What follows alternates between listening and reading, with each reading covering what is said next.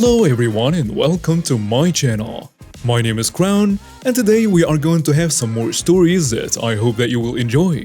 But before we start, it will be so much appreciated if you would subscribe to the channel, like the video if you enjoyed it, and maybe leave a comment down below.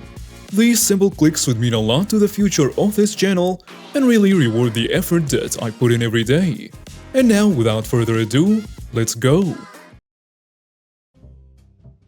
Hey guys, hope you're doing well. I'm sorry if I sound a little bit off today, but sadly I got a nasty cold that is mainly going after my throat. So I hope you don't mind the boogeyman narrating your stories today. Thank you for understanding and let's get to it. First story. Entitled parent gets arrested because of her entitlement by her own kid. So let me preface this with a bit of a backstory. First, this is my sister's story and she gave me permission to share this with you all, as she thinks this is utterly one of the craziest things to ever happen to her. So to start, my sister and I both work for our local school district for the daycare program that they offer for parents who need to work/can't be home in time to get their children off the bus. So my sister, who is only 17, was paired with a co-worker who we will call Amy. She was early 40s. For the sake of this story, let's just call her that. My sister is well liked by the staff and her supervisors, while Amy is often spoken to by her supervisors and thinks that she runs a place and holds some sort of power. Well, because she's an employee, her child gets moved from the wait list and is able to participate in the program. Let me say this, that child was no way at fault. He's actually very well behaved and loved among staff. So my sister, being paired with Amy thought that she could boss my sister around and treat her like an inferior. But my sister was actually supposed to be training her. So the kids split up for group activities and my sister took a group of kids who happened to have Amy's son in the mix. They were doing some obstacle course outside and this 5-year-old boy hands my sister some dandelion he picked from the ground and hands it to her. They were doing some obstacle course outside and this 5-year-old little boy hands my sister some dandelion he picked from the ground and hands it to her. She thanks him and this conversation is what took place. Thank you, nice kid. That is very thoughtful of you. You're welcome, Miss C. By the way, I don't think you're fat. You're very pretty. Sister shook by the words that just came out of his mouth. Well, that's not nice. We don't want to call anyone names. It may hurt their feelings and make them sad. Oh, well, my mommy said that you were fat and I told her that you were very nice. He ran off to continue to play. My sister was caught off guard because children his age have no reason to lie and are normally brutally honest. So she took it to her supervisor and they said they would look into it. My sister lay pretty low when it came to Amy. Eventually, a few months went by where nothing happened and no action was taken by the school. Just last week, apparently, Amy had hit a car in a local supermarket parking lot and she sped off and didn't leave a note or contact the owner of the car that she hit. But someone happened to get her license plate number. The local police came to the school where she was working and pulled her out of work to talk to her. My sister heard the next part from a co-worker. She had heard that when the police ran her license, she had a warrant out for her arrest for a failure to appear. She was arrested on site and immediately fired. Her husband had no idea about anything and he actually bought a catered lunch for all the employees to apologize for the mess that she had created. Last my sister knew, he is divorcing her and she has been fired. He has full custody of the child now and is actually a very involved parent. Next story. DT teacher gets fired for bad-mouthing me. It was a textile class in like 2014 was a teacher that did not like me and we were making bags. She said to paint onto one side of the bag, so I did that. She said to paint onto one side of the bag, so I did that. However, when she saw what I was doing, she had a fit because apparently I was painting on the wrong side. I said, okay, sorry. And I redid it right. She then went to help another student, my friend, but started whining about me to him. The problem is that in our school, the teachers use a necklace which has a built-in microphone so everyone can hear what she said. Things like I never listen and I'd be lucky to work at a McDonald's. Everyone could hear it on the speakers though, and were looking at me. Well, I was mad. And I said, Miss, you shouldn't talk about me behind my back. She immediately said she wasn't talking about me.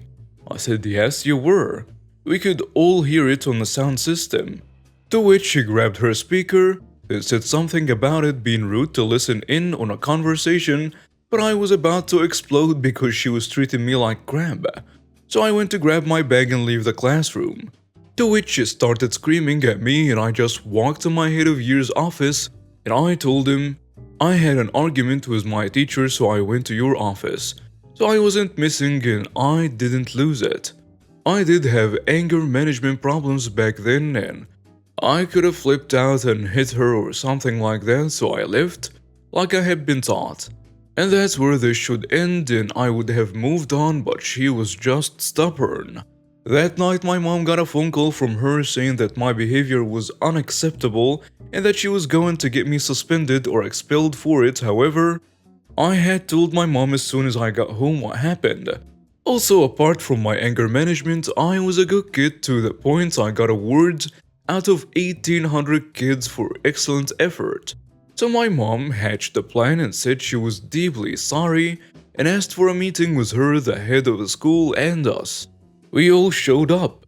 However, my mom knows all my friends quite well and asked the kid the teacher was speaking to tag along, so I walked in with my mom and I could see the big grin on her face until my friend walked in behind us and it disappeared.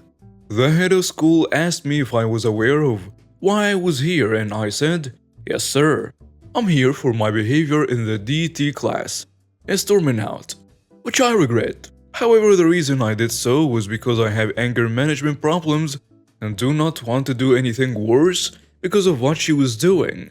He then asked me what I meant by that and I said that she was bad-mouthing me to another student, but she left the speaker on. She claimed that wasn't true, but my friend said no. Miss, you were talking to me and you were... and started saying what she said. The head of the school took a press and said we could go. That teacher was gone by the end of the month.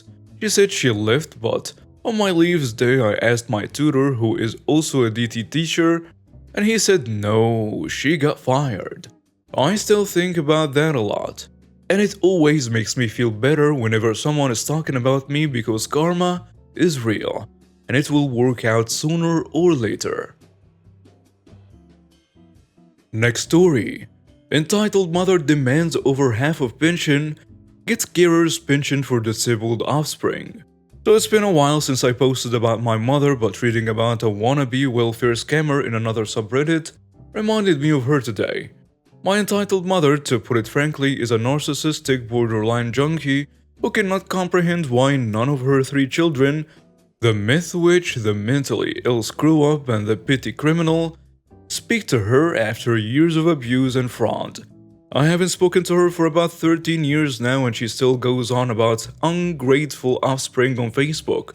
It's good for a laugh if nothing else. I'm on disability because I have 3 mental illnesses. 2 neurodivergence, minor physical disabilities, PTSD, and childhood intergenerational trauma in a trench coat. I lived at a home because of the extremely icky codependent relationship I had with my mother. And because I was on the disability pension, she got a full carer's payment from the Australian government because we were both on Centrelink. We lived in a public housing place that was calculated at 25% of our fortnightly income. While we weren't living in the lap of luxury by any means, we were doing better than a lot of other people on welfare. With a bit of frugality and creativity, we could have had a thriving life with friends and family. Oh wait, that would have meant my mother would have had to spend time and money on something that wasn't drugs. She received a carer's payment for me and demanded over half my pension for bed and board. Now I was happy to pay my way, as rent was calculated on my income as well as hers, and I have used electricity too. But I paid for the internet, my own mobile phone, anything that I only ate or drank in my own transport. With the amount she was getting on carers, mom should have been willing to drive me places. Oh no. If I wanted to go anywhere that was out of her way, I had to pay her petrol money. I had to do the heavy housework like vacuuming, hauling groceries because it was too heavy for her, and accompany her on shopping trips. Then if I was going down to the shops and library, I had to bring back smokes, milk, books, and anything else she might have forgotten. Some days I was laden like a pack mule and we had no reliable public transport to my house. I can't drive because of my disabilities. I had to take care of myself and oftentimes her despite literally having disabilities. She refused to do the job she was receiving money for. It all came to a head when my brother returned home. She went psychotic and I had to move out for my own safety. I moved out and discovered that with a bit of support, I can live on my own. I moved out on Monday, went back to get some stuff on Wednesday, and had somewhere to live by Friday when I informed Centrelink that I was no longer living there. She lost her pension immediately and had to scramble for disability herself. I am now 2 hours north of where she is, living in a quiet community housing block with a disability support, and I'm thriving. She's alone with 5 Facebook friends, her drug dealer, and 2 dogs that hate her. Next story. Copywriter will have a hard time finding a job with that resume. Many years ago, I worked at Kinko's, now FedEx office. I often worked graveyard shifts and had to deal with lots of people early in the morning who hadn't had their coffee yet. For some context, overnight was a time when long machine runs were printed and tedious finishing work was done. Being the only one working until 6 a.m. when the morning crew started to trickle in, I was often in the middle of something when the customer came in and it would take me a second to get to the counter to help them. One morning around 5 p.m. I'm in the back doing some binding work. I heard the door alarm and had just put a perfect binding in the heater. This takes about 15 to 20 seconds to melt the glue and bind the pages. I yell from the back, "I'll be right out." And the witchy customer yells back, "I'm in a hurry." I finish the binding and get up to the counter. "Sorry about the wait. What can I do for you?" "Can I see your resume paper selection?" Our resume papers were literally sitting 6 inches away from her on the counter, in a little bound book that had resume paper printed in big bold letters. I slide the book over in front of her and open it up. As she flips through it, she proceeds to complain about the color and texture of every paper before asking me the price. 15 cents per copy, plus 7 cents if you want to print on the second side. "That's expensive. Don't you have any better paper for that price?" "Sorry, that's our full selection of resume paper. The only other option are plain white copy paper, astroprite, neon colored or cardstock. Are you going to need this double-sided or single-sided?" I could see that she had in front of her a 2-page resume, which usually printed single-sided. "Which one is cheaper?" "Double-sided will be cheaper. But for resumes, our customers usually prefer single-sided." "Just give me 50 copies double-sided on the sandstone." I confirm her selection and head back to the copier to complete her order. I print out a proof and, as a matter of quality assurance, I give it a once-over to confirm we're not getting any fuser marks, random spots, streaks, and so on. I noticed that her job title on her most recent job was something like copywriter. I assumed she meant copywriter and confirmed as much by reading a bit of the description. "Ma'am, I noticed your previous job title is..." She interrupts me. "I'd appreciate it if you didn't snoop on my personal information."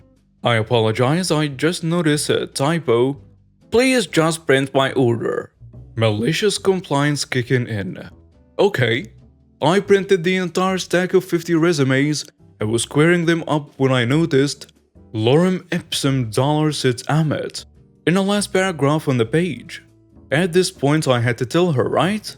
As I'm walking over to the counter to show her the missed filler text, she yells, Could you please not crimp the pages? I need to hand those out. So I made it to the counter gently, placing her copies in a bag and rang her out. She did come back later to complain, but my manager assured her that we don't make it a practice to proofread customers' documents, as that's their responsibility. And now we have reached the end of today's stories. Thank you for watching and see you next time.